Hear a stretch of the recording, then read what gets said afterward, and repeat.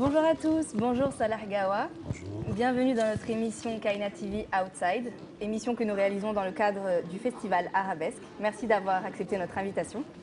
Merci de m'avoir invité aussi. C'est avec plaisir. Alors vous êtes chanteur, percussionniste et homme de théâtre algérien. Vous êtes né à Tizi Ouzou en Kabylie en 1970 et vous vous êtes exilé en France en 1988. Est-ce que je peux tout d'abord vous demander dans quel milieu social vous avez évolué? Quand je suis parti d'Algérie en 88, en fait, je suis parti le 8 octobre 88, en pleine révolution d'octobre. Oui. En fait. Mais c'est vraiment pas, c'était pas une décision prise à ce moment-là. Déjà, mais bon, le hasard a fait que je parte en plein émeute d'octobre 88, ouais. Et en voulant venir en France, et je pense c'est comme tous les jeunes. À 18 ans, on a envie de partir, oui, changer de pays, de voir ce qui se passe ailleurs. Après, pour moi, la France était une destination logique de par les liens, le passé, la présence de mes parents ici, de mes frères. Et puis, c'est quelque chose qui n'était pas étranger à la maison. Enfin, la France était présente. Oui, j'imagine. Et donc voilà, c'était naturellement que je prenne la décision de venir en France. Et, je suis venu en France pour suivre aussi mes études, mais ça n'a pas duré longtemps. Des études de quoi? Sociaux. D'accord. Je voulais faire sociaux. Et après, j'ai voulu faire EduxP. Après, comme tout Kabylie qui se respecte, j'ai vendu du couscous ici en France pendant quelques années. Je voulais faire du business. Voilà. Vous avez un peu touché à tout.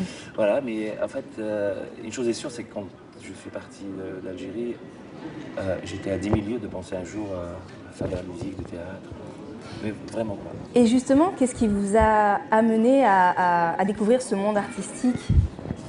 La musique, le théâtre, comment est-ce que vous avez découvert tout cela? Je pense que c'est l'entourage. Moi, depuis mon arrivée en France, j'ai toujours baigné aussi dans le milieu associatif de la communauté. D'accord. Le champ politique s'ouvrit en Algérie. On a essayé de participer depuis la France comme on pouvait. Donc, généralement, le politique n'est pas loin souvent du culturel. Et en plus, je pense que c'est propre un peu à notre culture. C'est-à-dire, en Algérie, par exemple, le combat politique, il a souvent été porté quand c'était la clandestinité, quand le champ politique n'était pas ouvert. Souvent, on passait par la parole, par la musique, par le théâtre, pour essayer de dire des choses comme ça, ou de suggérer, d'aller des fois, même d'aller au front. Comme ça, c'est, oui, une des manières par laquelle... De vous exprimer? Voilà, on s'est exprimé en Algérie dans les années 70-80, c'est à travers la musique. Donc, oui, j'étais militant et du coup, j'étais pas très loin du monde de la musique et de l'art de manière générale. Mais encore une fois, j'étais vraiment à des milieux. J'étais un amoureux de la musique. J'aimais écouter des belles choses. Après, voilà, en France, je découvre le théâtre, je découvre le cinéma. Et après, je crois que c'est des rencontres. Et moi, j'ai mis 30 ans pour me dire c'est ça que j'ai envie de faire dans la vie. Ah oui. Parce que aussi, souvent on passe, est-ce que c'est propre à notre culture, j'en sais rien, mais en tous les cas, moi j'ai passé la majorité de ma vie, jusqu'à maintenant, à vouloir être ce que mes parents ont voulu que je sois, en fait. Faire des études, réussir quand mes aînés ont réussi. Et en fait, on grandit. C'est logique, oui. Voilà, et on se rend compte, en fait, c'est pas forcément ça qu'on a envie de faire. Et après, arriver dans la musique, je suis arrivé vraiment avec des rencontres. Parce que quand je voulais faire du business, j'avais ouvert un hôtel, bar-restaurant dans le nord de la France, à Dunkerque. Et en fait, tous les premiers samedis du mois, je faisais des soirées Chabi. Ah, d'accord. C'est vraiment comme ça que j'ai rencontré un type qui s'appelle Atman Yahi, qui est vraiment un gars extraordinaire, un excellent musicien qui est arrivé d'Alger dans les années 90 et qui m'a amené à mieux apprécier, découvrir cette musique-là. Et voilà, parce que, en fait, mais chanter, j'ai toujours chanté. Toujours. Oui, mais c'est maintenant en fait qu'on se rend compte en fait qu'on a toujours chanté, parce que je suis dedans. Et oui. Dans mon enfance, comme tous les jeunes de mon âge, ou les enfants de mon âge, à la sortie de l'école en hiver, on allait rejoindre nos mamans, nos sœurs, nos tantes, nos parents dans les champs en train de ramasser les olives. Et en fait, je me rappelle, j'adorais monter sur les arbres et chanter, et parce que mes tantes, elles adoraient que je leur chante en fait. Parce que chose en fait, je pense qu'elles auraient aimé faire, mais la société ne permettait pas comme ça de chanter. Et Oui, du coup, j'imagine. je pense qu'à travers ma voix, elles entendaient la leur. Et tout ça, bien sûr, ça dérangeait ma mère, ma grand-mère, tout ça. Mais voilà, donc j'ai toujours chanté en fait. C'est le chant, c'est ça, j'ai toujours aimé chanter. C'était en vous, en fait. Voilà. Et ouais, donc oui, c'est vrai. Moi, j'ai pas fait d'école. Je suis vraiment. J'ai appris sur le tard. Après, c'est vraiment des rencontres aussi. La toute dernière rencontre musicale de ma vie, c'est voilà, Sandrine Dalil qui est sur le plateau dans Barbès Café. Et on ne peut qu'apprendre avec des personnes comme ça. On ne peut qu'apprendre. Donc voilà, après, il y a eu d'autres personnes que dans les années 2000, j'ai rencontré d'autres Vous musiciens. créez votre groupe Gawa? Voilà, j'ai rencontré d'autres musiciens avec Ali Ben Sadoun. On crée ce groupe que moi, j'ai tendance plutôt à appeler une espèce de convergence. Voilà, où des musiciens viennent et on partage des moments. Et ça c'est des créations qui durent un petit moment. Et où il n'y a pas eu de disque. C'est pas du tout l'envie. C'était peut-être pas l'objectif. Voilà, voilà, en tous les cas, c'est pas moi, j'ai pas de disque. J'ai pas de disque. C'est frustrant. Et pour moi, et pour peut-être mes amis. Pour vos fans aussi. Oui, ou des gens. Mais totalement, un jour, je le ferai. Mais en tous les cas, pour moi, chanter, faire de la musique, faire de l'art, tout ça, en tous les cas, un disque, pour moi, c'est pas ça, en fait. Voilà, c'est pas ça. C'est ce qui va se passer ce soir sur scène, en fait. C'est un échange exactement, réel. voilà, Oui, voilà. Et ce que ça peut produire aussi, ça, au lendemain ou dans les secondes qui suivent la fin du spectacle. C'est ça. Après, c'est sûr que c'est très difficile de graver à jamais aussi quelque chose. Voilà, c'est très difficile. Peut-être que j'ai pas encore ce courage-là, mais je le ferai un jour. Voilà, je le ferai un jour. Et en 2004, vous intégrez donc la troupe du théâtre du Grabuge, c'est ça? Qu'est-ce que ça vous a apporté au point de vue artistique? en fait, أسلم على الوش راك صافا لاباس جيت مرحبا بك خويا طلقوك.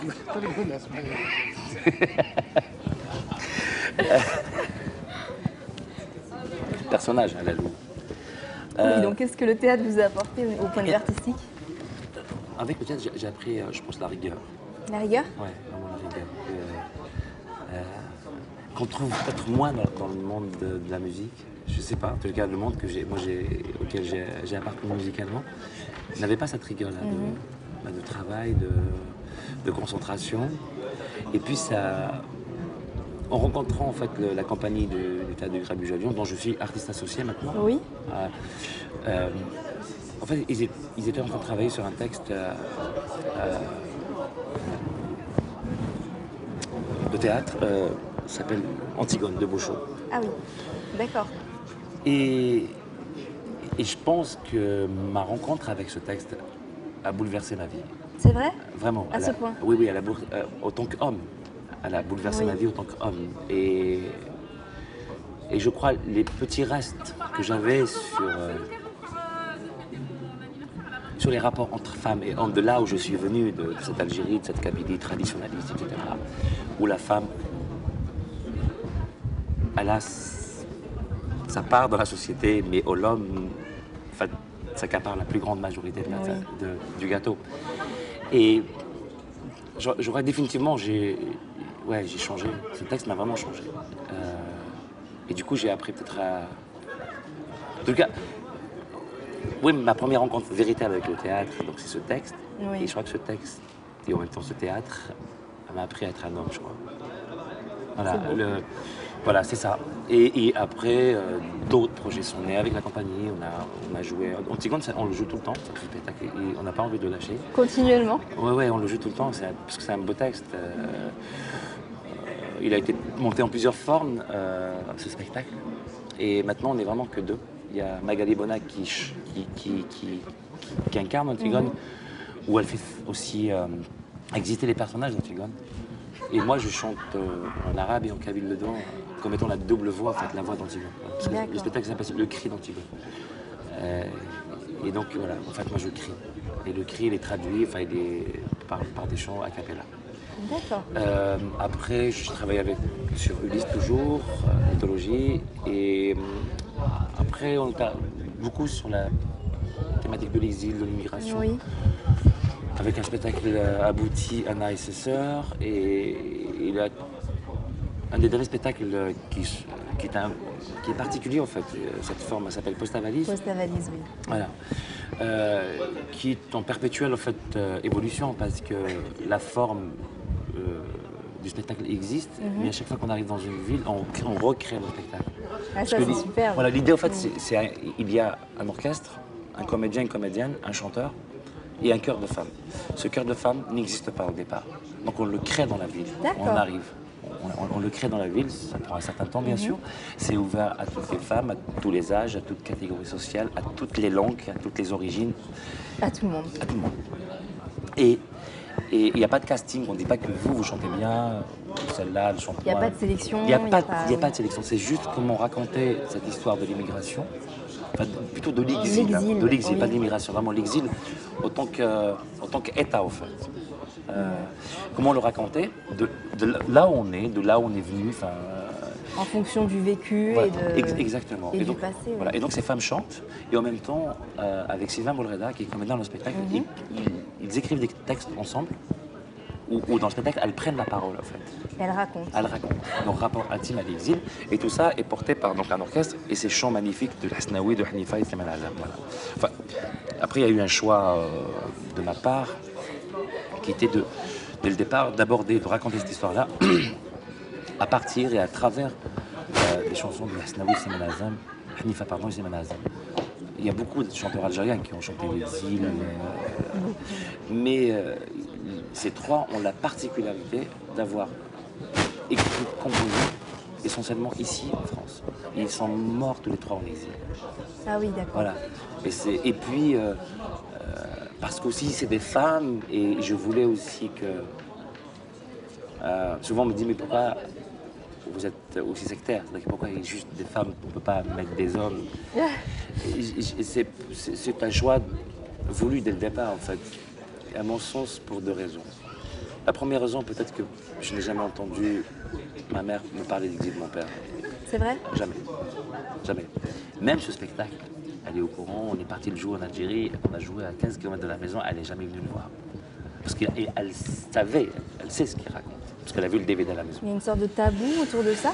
Ou peut-être c'est son histoire et elle veut pas. C'est propre à elle. Ça et lui fait peut-être mal aussi de s'en souvenir. Exactement. Et oui, donc moi je n'insiste pas. Voilà, je respecte, c'est son histoire. Oui. Même si un peu aussi c'est la mienne parce que voilà, j'en hérite. Et puis aussi parce que les femmes, souvent les femmes dans les immigrations, elles le subissent plus que les hommes. Parce que les hommes, c'est un fait, ils partent, parce que c'est eux qui doivent partir pour aller travailler. Oui. Et la plupart de nos mères, qui sont venues dans les années 60, 70, elles sont venues...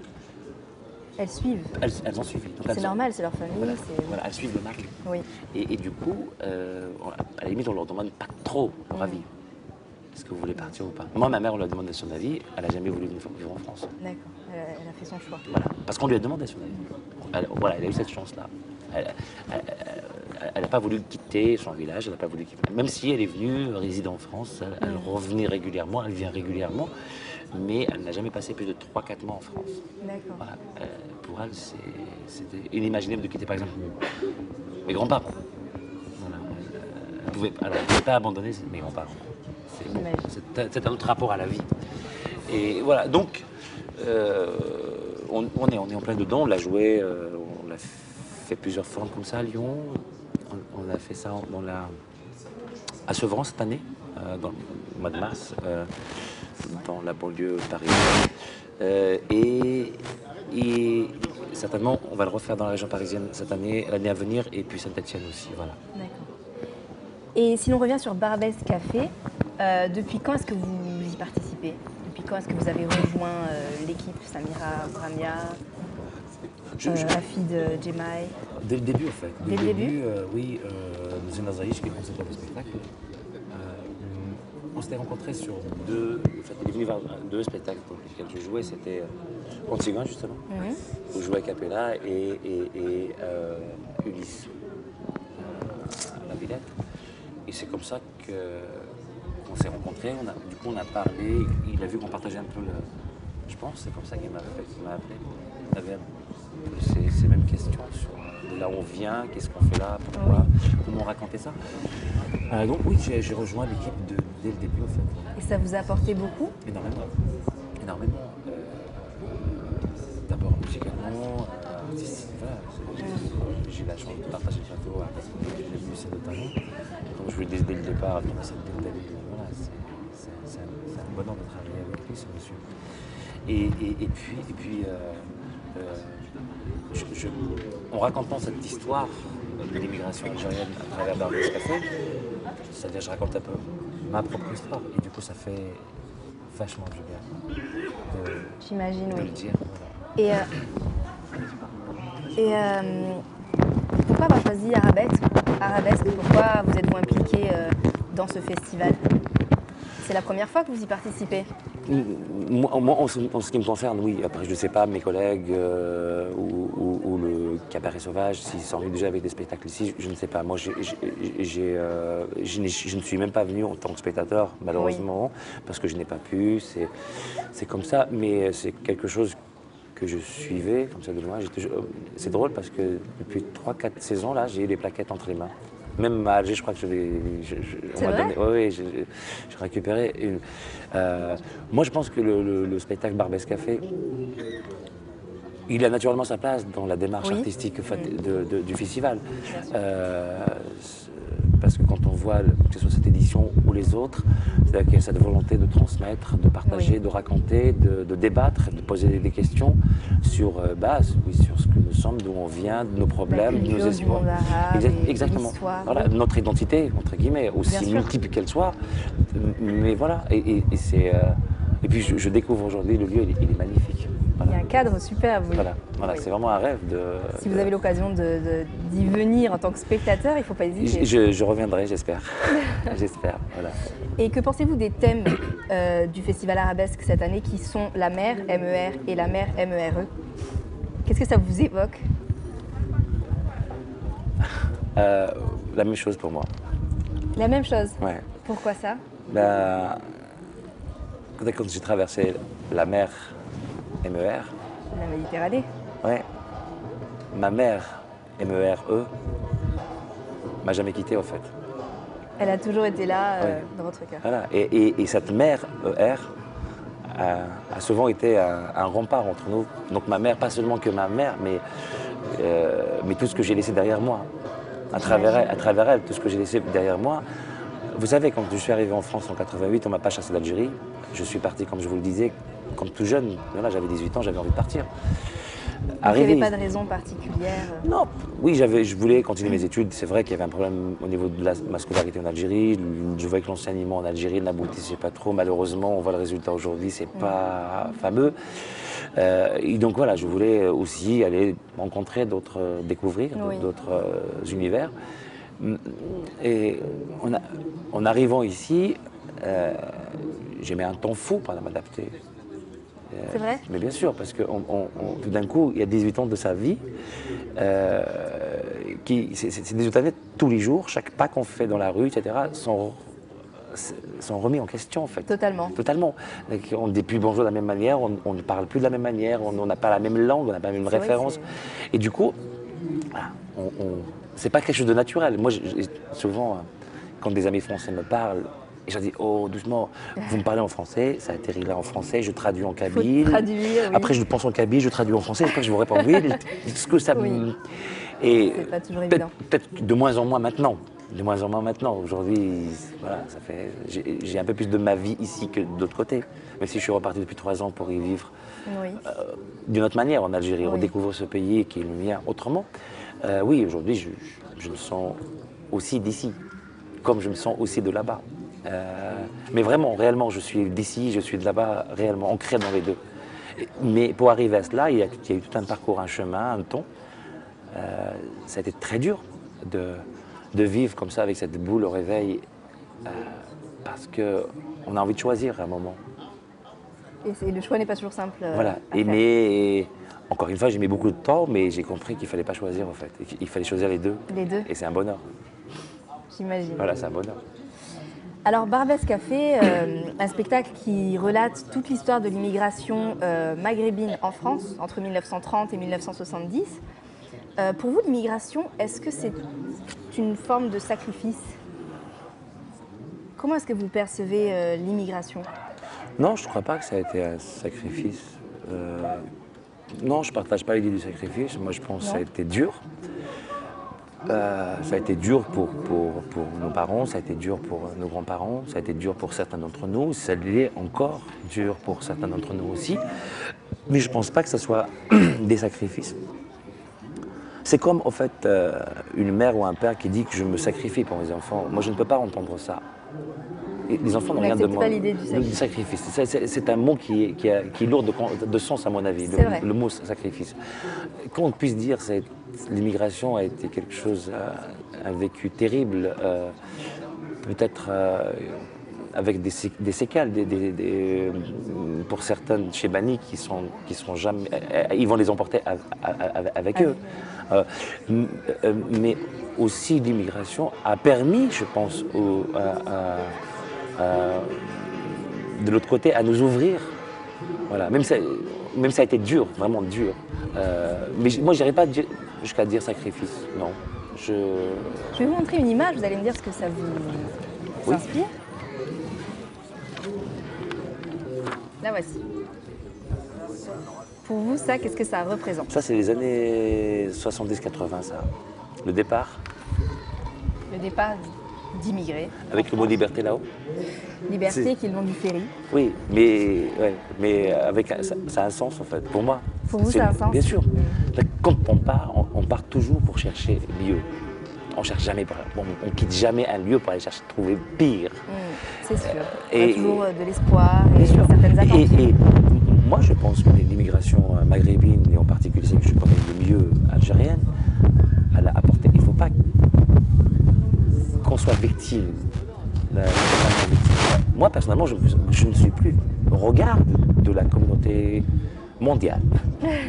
Je ne suis pas une victime. Je suis comme tout le monde.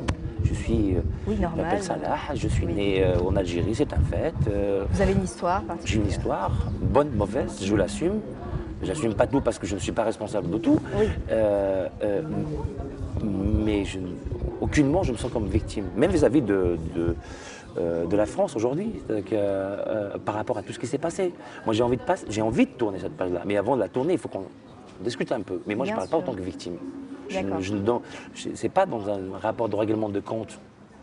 J'ai envie juste de savoir ce qui s'est passé réellement, pour mieux avancer. Mais je ne suis pas une victime. Et je crois que la particularité de Barbès Café, c'est pas pour le vanter, mais c'est un des rares spectacles de l'immigration algérienne qui justement s'éloigne de cette victimisation. On dit les choses comme elles sont, voilà. Mais on est adultes, on les a, voilà. Oui, bien sûr, mes parents ont souffert, oui, on les a achetés dans la Seine, oui, ils ont souffert chez Renault, oui, ils ont habité dans des bidonvilles, oui. Mais sachez-le. Sachez-le, mais je ne suis pas le miskin, littéralement le miskin. Non, je ne suis pas miskin. Je comprends bien. Voilà. Et qu'est-ce que vous pensez des jeunes issus de l'immigration? Est-ce que vous croyez qu'il y a un travail de mémoire à faire, notamment auprès des jeunes? Ah oui, bien sûr, incontestablement. Quand quelqu'un, peu importe l'endroit où il est, quand son identité est mutilée, c'est le cas vraiment ici en France ou même dans les pays d'origine, l'Algérie, etc.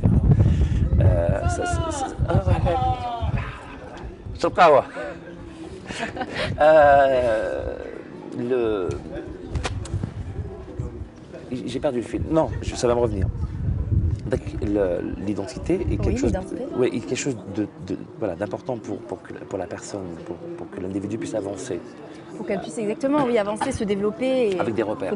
Mais quand ces repères sont faussés, par des discours, par des références historiques fausses, des mensonges, du coup, ça produit des êtres un peu paumés, perdus. Égaré, totalement. Voilà. Moi, j'ai rencontré quelqu'un ici en France, ici de l'immigration, et qui me dit, moi je suis un islamo-anarchiste. Il l'assume. Je lui dis, mais ça ne peut pas exister, bonhomme. C'est pas possible. Ce n'est pas possible. Ce n'est pas possible. Donc ça fait des dégâts. Mais oui, ça fait des dégâts. Ça fait vraiment des dégâts. Quand vous avez quelqu'un qui... En plus, c'est pas quelqu'un d'ignorant. C'est pas... Voilà. Il fait des choses. Voilà. Et donc ça produit des gens comme ça, et ça produit malheureusement des égarements, que ce soit dans les extrêmes, dans l'intégrisme islamiste aujourd'hui, ce qu'on voit. Il y a beaucoup de conséquences, oui. Bien sûr, quand on voit dans nos quartiers, que ce soit à Alger, et je le dis à Alger ou ici, parce que c'est le miroir.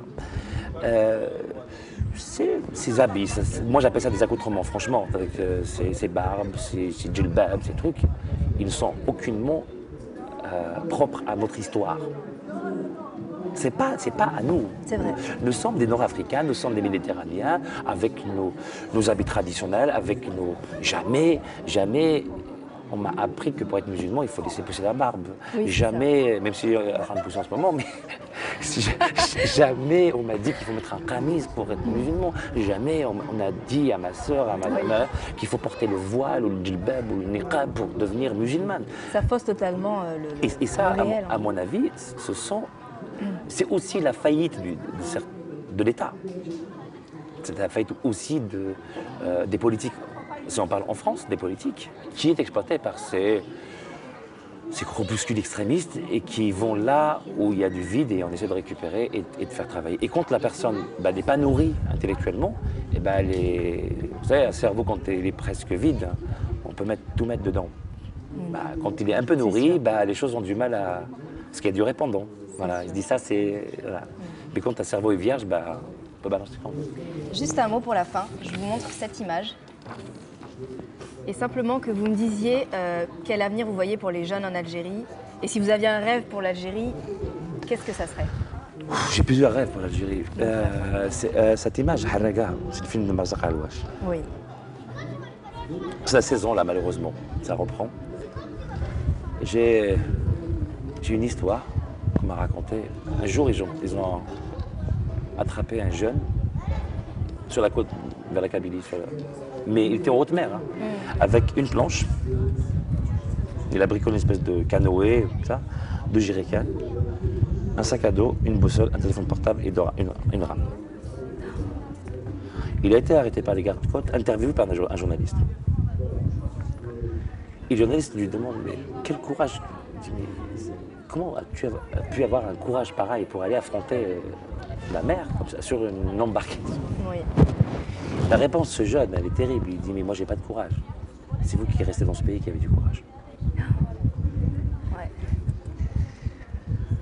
Voilà ce qu'elle m'évoque, cette affiche. Après, le désespoir. Bien sûr. Bien sûr. Et si vous aviez un rêve, qu'est-ce que ce serait pour l'Algérie? On arrête ce désespoir. Mais j'ai plusieurs rêves. Je rêve que l'Algérie soit réellement... On est à la veille de la commémoration des 50 ans d'indépendance. Et je rêve que notre pays soit réellement indépendant. Pas sur papier. Sur papier, on l'est. Qu'il le soit réellement. Que les hommes et les femmes qui habitent dans ce pays soient réellement libres, soient réellement indépendants, soient réellement... et un travail C'est quand même triste de vivre dans un pays aujourd'hui où le système, le régime qui est en place vous nargue en vous disant chaque matin, chaque midi, chaque soir, nous avons 200 milliards de réserves de change dans nos banques. Et à côté de cela, vous avez des femmes et des hommes qui dorment dehors. Moi, je vis à Alger, il y a certaines arcades à Alger, à partir de 18h, été comme hiver, il y a des enfants et des femmes dans ces... Voilà, et personne ne s'en occupe. Personne s'en occupe. Donc l'indépendance, la vraie. La vraie. Notre émission touche à sa fin. Merci beaucoup d'avoir accepté de passer un moment avec nous, Salah Gawa. Ravi, vraiment. Nous rappelons que vous vous produisez ce soir au Festival Arabesque à l'Amphithéâtre d'Eau. Et quant à nos chers téléspectateurs, vous pouvez retrouver l'intégralité des émissions réalisées au Festival Arabesque sur le site www.kainatv.org. Et je vous dis à très bientôt. Merci à tous. Merci.